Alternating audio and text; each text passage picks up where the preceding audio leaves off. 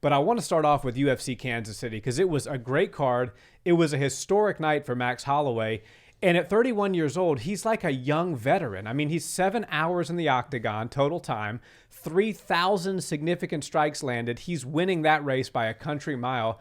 What did you make of his performance? Well, it's insane to watch him compete. And, our youngest brother said something last night. It's like you're watching a legit veteran, somebody who's been there, done it for so long, and has been in the minds of MMA fans forever.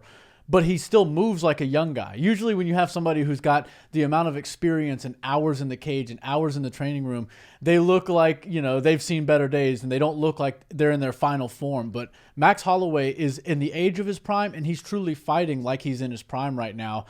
I was so blown away with his performance, and everybody knows how good Arnold Allen is. You don't get to 19-1 or now 19-2 as an MMA fighter without being just one of the baddest dudes on the planet. Also undefeated in the UFC, which is like one of the most difficult things in all of sports to do. Like, there's so many different styles in the UFC. There's so many great matchups and so many like stylistic just nightmares for everybody in the UFC, no matter what skill set you bring. And for Arnold Allen to go in there without losing once until he meets Max Holloway was very impressive. And I will say that Arnold Allen looked great, and I think he had a lot of good moments. Clearly showed how good of a striker he is and how much power he has on his shots. I mean, some of those that landed on Max were ridiculous. But Max never gets sat down by anything, and he always finishes the combinations and the exchanges with a little bit more than what his opponent brought in. So there's a lot you can say about Arnold Allen, but the night did belong to Max Holloway, and he did show us why the best is blessed and why there are absolutely levels to this game. Yeah, and Arnold Allen going 10 fights undefeated in the UFC. I don't know how many people have done that, but I would venture to say that list could be counted on my two hands. Probably very few people. So that's a real achievement, and I think Arnold Allen could definitely be a future champion. He's going to learn a lot from this fight. You celebrate your wins and you learn from your losses, and this is definitely going to be one of those experiences for Arnold Allen. And I think the biggest takeaway for him is that he belongs. I mean, Max Holloway is arguably the best ever, or certainly in the top 3 best ever at 145, and he stood in there for 25 minutes with him and made it a competitive fight. Now, the night did belong to Max, but it was a competitive fight for sure. But breaking down what Max did last night, because it was just a thing of beauty. I mean, Laura Sanko said it best. He goes first and third, meaning he starts the combination on his terms. He allows his opponent to counter the way that he believes that they're going to counter because he's very good at reading shots. And then he finishes up the combination. Usually, one person will go, it's like a dance. One person will throw, the other person will throw, and then they'll kind of dance around for a little bit and repeat over and over and over again until the fight ends or until somebody gets finished.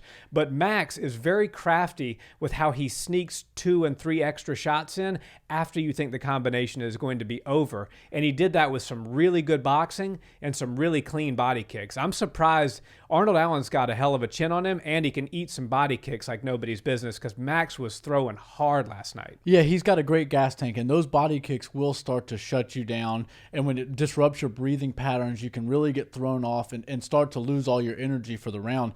But Arnold Allen was definitely one of those experienced type of guys that knows how to deal with it, how to put a poker face on and sort of skate away, regather himself, collect his breath and energy, and then go back in. He was competitive throughout the entire fight, but Max Holloway is so used to 5 rounds. He's been the champion for so long, and everything he's done for the past probably 5 years has been 5-round fights.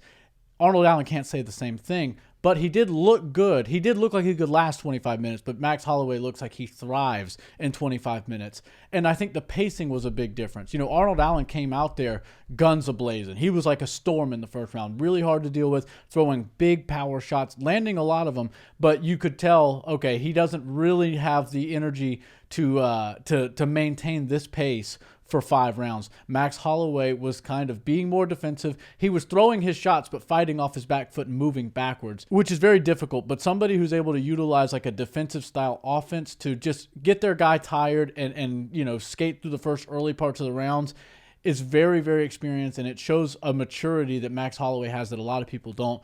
And that's why you started to see him come on real strong by the time, the third round started and then into the championship rounds.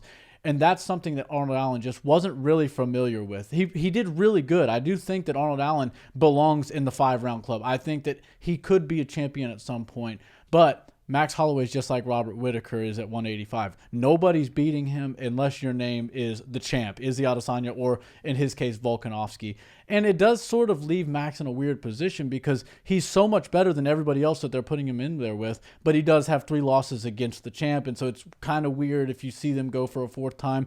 Eventually, he'll probably become undeniable and will get that shot.